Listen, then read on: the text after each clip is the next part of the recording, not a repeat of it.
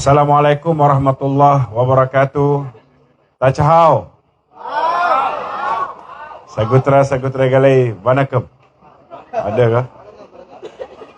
Yang saya hormati, yang diraikan Puan Nur Yana, Datuk Seri Najib.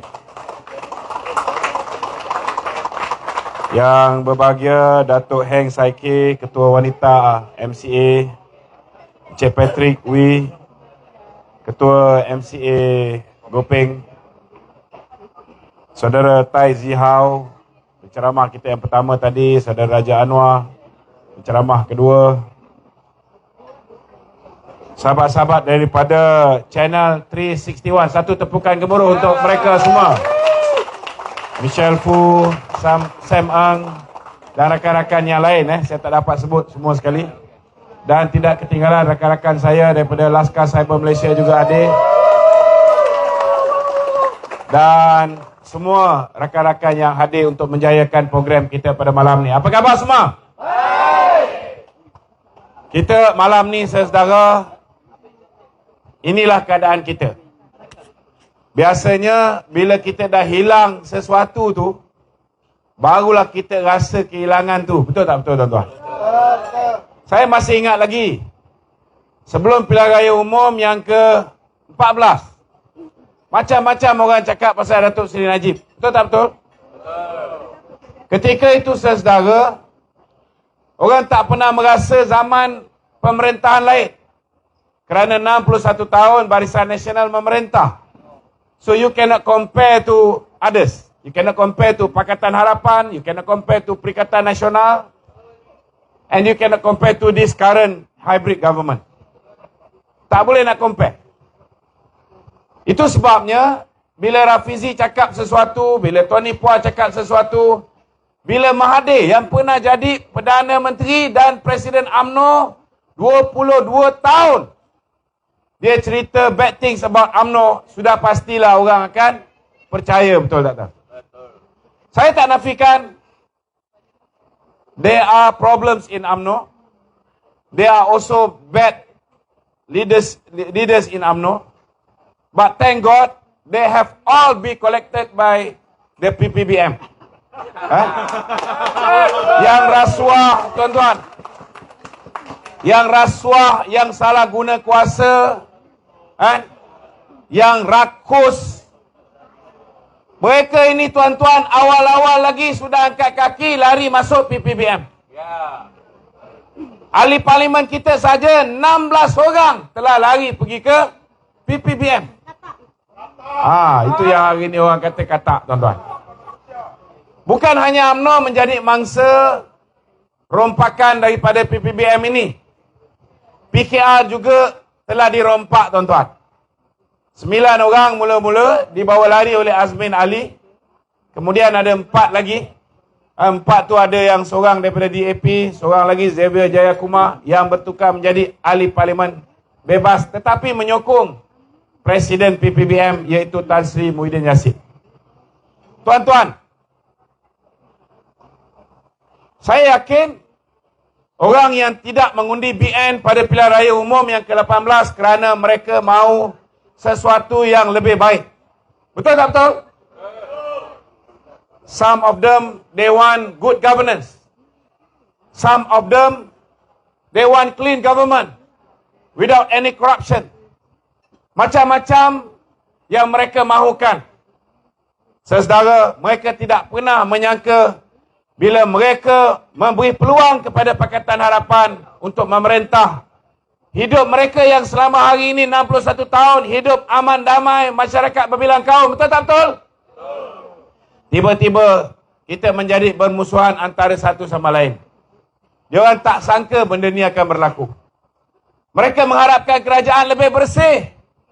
Tetapi rupa-rupanya, tuan-tuan, nak buat apa saja, kena bayar komisen, kena bayar tu, malah nak jumpa menteri pun kena bayar in advance pun ada, tuan-tuan. Betul tak betul? Betul. Ini berlaku juga zaman Pakatan Harapan. Yang ada di antara zaman BN pun tak pernah berlaku. Kita lihat dulu, tuan-tuan, zaman Datuk Seri Najib Tun Razak. Belum lagi berlaku krisis harga minyak jatuh. Datuk Seri Najib ni tuan-tuan, dia seorang pemimpin yang berpandangan jauh. Bila dia ambil alih negara ini pada tahun 2009, pada ketika itu kebergantungan kita kepada sumber petroleum, tuan-tuan, ialah 42% pendapatan negara datangnya daripada sumber petroleum. Bagi orang lain, oh, this is good because kita ada sumber asli yang banyak. Tetapi bagi Datuk Seri Najib, this is a time bomb. Time bomb kenapa? Kerana satu hari kalau kita ada shortage of minyak, petrol, ataupun katalah harga minyak dunia jatuh, ekonomi kita semua akan jatuh, tuan-tuan. Itu sebab dia diversify our source of income. Apa dia buat? Dia buat GST. Apa lagi dia buat? Dia tukar subsidi yang pukal. Subsidi pukal ni, saudara, blanket subsidi. Maknanya contoh macam petrol. Petrol, contohnya tahun 2014 bulan Jun, setiap liter petrol kita subsidi 68 sen. Tapi kalau subsidi 68 sen, tuan-tuan, B40 mereka naik motor.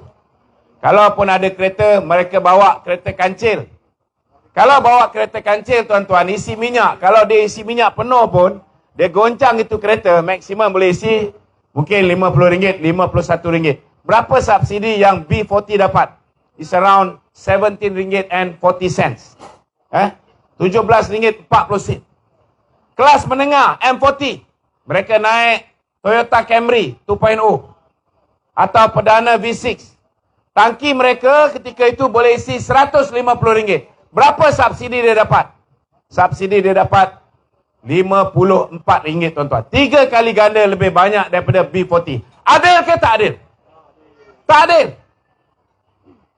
Jadi apa jadi bila the top 20 datang bawa Jaguar, bawa Daimler, bawa Rolls Royce? Rolls Royce tak boleh. Rolls Royce dia kena pakai RON 95, RON 96, 97. Dia kereta 2011 ke atas, dia boleh. Tapi kalau kereta-kereta yang moden ni, dia tak boleh pakai RON 97. Jadi lagi besar kereta tu, tuan-tuan, lagi banyak subsidi yang akan dinikmati oleh golongan yang tak sepatutnya dinikmati subsidi ni. Itu sebabnya, saudara, Datuk Seri Najib merasakan kita perlu tarik blanket subsidi yang semua orang dapat. Semua orang dapat tapi tak adil. Orang yang patut dibantu, orang yang patut ditolong ialah golongan the B40 yang paling miskin. Ini patut dapat lebih. Tetapi daripada kajian kami di Kementerian Kewangan, I used to be the Director of Communication of MOF. Kajian kita menunjukkan, tuan-tuan, 30% subsidi petrol pergi kepada the B40. The rest 70% pergi kepada the top 20 and the M40. Jadi mana datang adil ni? Jadi itu sebab kita tarik subsidi pukal ini, kita bagi dalam bentuk subsidi bersasar. Subsidi to the the right target group. Contohnya kita bagi BRIM.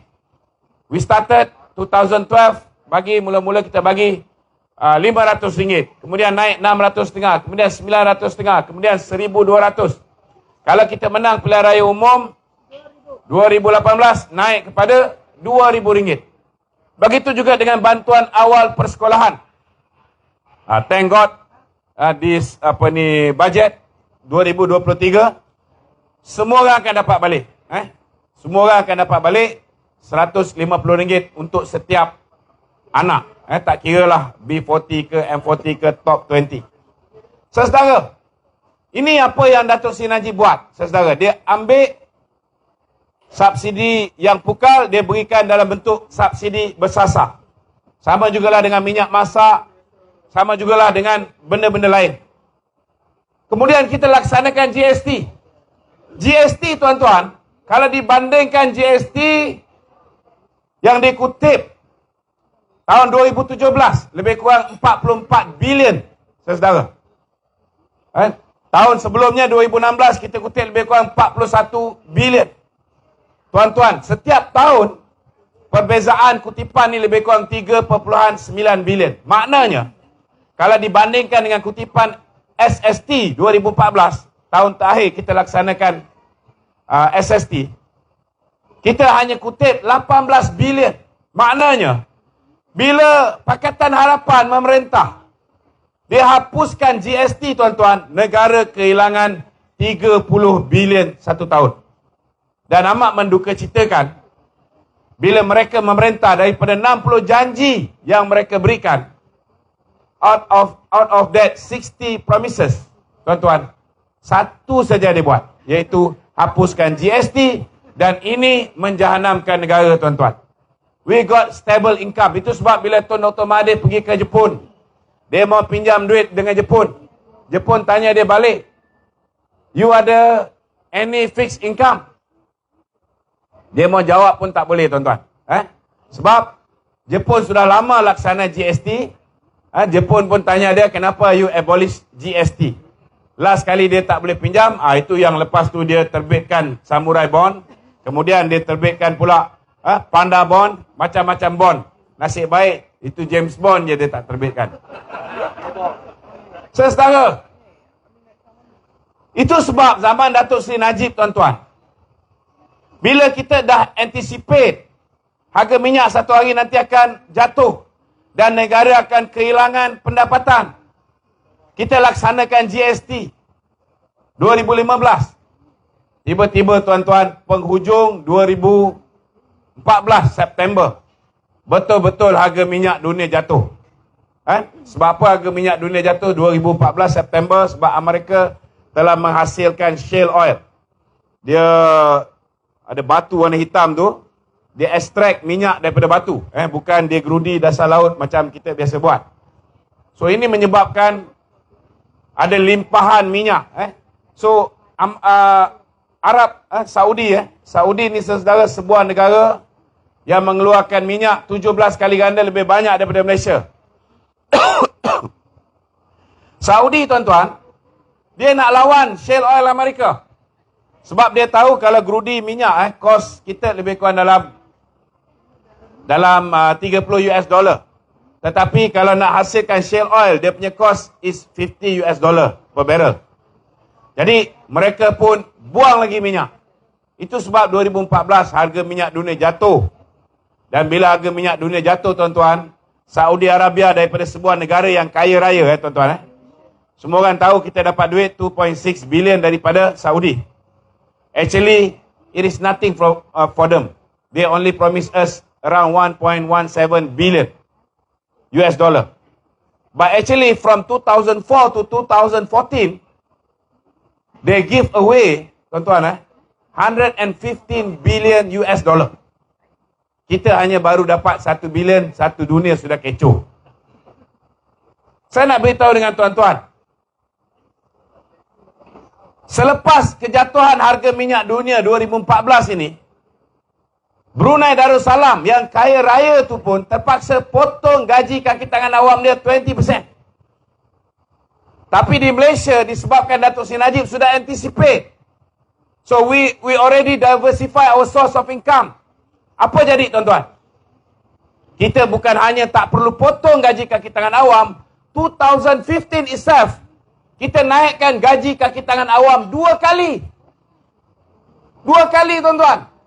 Ketika harga minyak dunia jatuh daripada kebergantungan 42% of our income comes from petroleum, sudah tinggal around 12%, 14% saja. But kita boleh naikkan gaji kaki tangan awam. Saudara, kita lihat pula di Saudi, di Mesir, di Jordan, Tunisia, mereka telah menaikkan harga minyak dunia, harga minyak negara mereka. Dikala harga minyak dunia jatuh, mereka naikkan harga minyak Malaysia di negara-negara mereka. Tetapi di Malaysia, tuan-tuan, saya nak beritahu, kita bukan hanya tidak menaikkan harga minyak, kita apungkan harga minyak mulai 1 Disember 2014,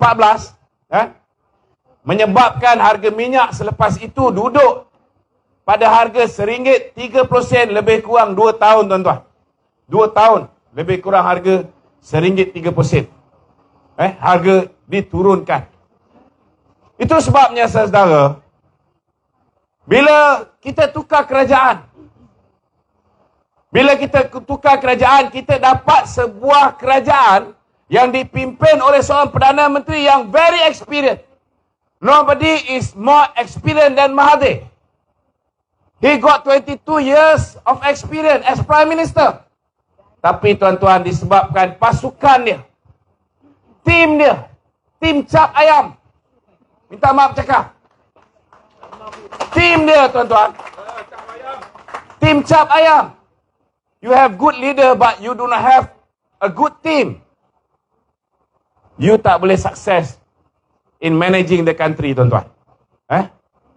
Inilah apa yang berlaku. Itulah sebabnya Barisan Nasional kita merasakan pilihan raya perlu dibuat sekarang, because next year kita akan berhadapan dengan tahun ni, ujung tahun kita akan berhadapan dengan banjir. Selepas itu kita akan berhadapan dengan peperangan antara Rusia dan Ukraine yang akan memberi kesan yang banyak. Kesan kepada harga petroleum, diesel, gas. Hari ini ada gas yang sudah, pipeline dia sudah diletupkan. Kita akan berhadapan dengan masalah shortage of food. Masalah bekalan makanan. Sekarang pun kita dah rasa akibat daripada kenaikan harga barang. Sebab nilai ringgit hari ini, tuan-tuan, lebih kurang 24 tahun dulu. Ini yang terendah dalam tempoh 24 tahun, tuan-tuan. Saudara, itu sebabnya, saudara, kita mahukan pilihan raya diadakan sekarang. We need a strong team. Disebabkan dulu zaman Datuk Seri Najib, dia ada satu pasukan yang kuat. Itu sebab kita boleh buat macam-macam untuk rakyat. Kita boleh bagi bantuan awal persekolahan, kita boleh bagi bantuan BRIM, kita boleh bagi bantuan untuk nelayan, kita boleh bagi bantuan untuk pekebun kecil, kita boleh bagi bantuan untuk pesawah padi, penoreh getah. Dan kita juga, zaman Datuk Seri Najib, bukan hanya menjaga the B40. Kita juga jaga the M40. Kita juga jaga the top 20. Kita create keadaan yang kondusif untuk para usahawan, untuk businessman, berniaga. Hari ini, tuan-tuan, saudara, bila Pakatan Harapan mengambil alih, ramai kawan-kawan businessman yang jumpa saya, dia beritahu, kita vote for Pakatan Harapan. We are hoping that we have a better, cleaner government so that we will be more prosperous. But at the end of the day, some of us gulung tikar, dia kata, Dato'. Gulung tikar tu, tuan-tuan. Bankruptcy. And bila datang Muhyiddin Yassin, bapa lockdown negara. Lagi hancur, tuan-tuan. Solution dia untuk elak daripada undi tak percaya di Parlimen, dia boleh isytihar darurat hanya di Parlimen. Sebab yang betul-betul berada dalam keadaan darurat, yang emergency, is only Muhyiddin Yassin. Betul tak betul? He can declare darurat only at the Parliament. Nobody can go to Parliament to overthrow him. Tetapi, tuan-tuan, selfishnya Muhyiddin ini, dia sudah lockdown kita dengan PKP dia, sekejap buka, sekejap tutup, sekejap diperketat, sekejap diperlonggar. Saudara, dia lockdown satu negara menyebabkan ramai orang tak boleh keluar cari makan kecuali the essential services. Essential services, tuan-tuan, mereka yang boleh meniaga pun, mereka kehilangan 40 hingga 80% bisnes mereka. Yang mana yang bukan essential, minta maaf cakaplah. Kalau siapa yang ada kelab malam lagi mati, tuan-tuan. Sebab sepanjang tempoh 18 bulan tu tutup. Tapi saya nak tanya, tuan-tuan, bila dia orang buka kelab malam, itu renovation semua kena bayar berapa juta, betul tak? Kemudian tiap-tiap bulan tetap kena bayar hutang, betul tak betul? Betul. Siapa nak bayar? Muhyiddin boleh bayar. Muhyiddin will never pay for it.